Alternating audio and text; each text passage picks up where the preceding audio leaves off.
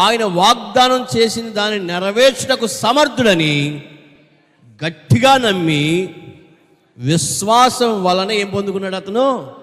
మనకి ఎప్పుడు మనుషుల బలం కావాలి, మనకి ఎప్పుడు డబ్బు బలం కావాలి, మనకి ఎప్పుడు చేయగలుగుతామనే నమ్మకం దేని నుండి పుట్టాలి? ఆస్తి నుండి పుట్టాలి, మనుషులు బలం నుండి పుట్టాలి. మా ఆయన గారు చేస్తారు, మా అబ్బాయి చేసేస్తాడు, మా ఇంట్లో వాళ్ళు చేసేస్తారు, మేమంతా బాగానే ఉండిపోతాం. ఇవన్నీ వాళ్ళ నుండి వీళ్ళ నుండి పుట్టే బలాలు. పర్లేదమ్మా, నీ అప్పులు తీరిపోతాయి, ఏ కాదు అంటే అయ్యి బాబు నిజమే అమ్మా, నీ నోటి మాట నెరవేరాలమ్మా, నీ మోకం కదా. అబ్రహాము దేని నుండి బలం పొందుకున్నాడు?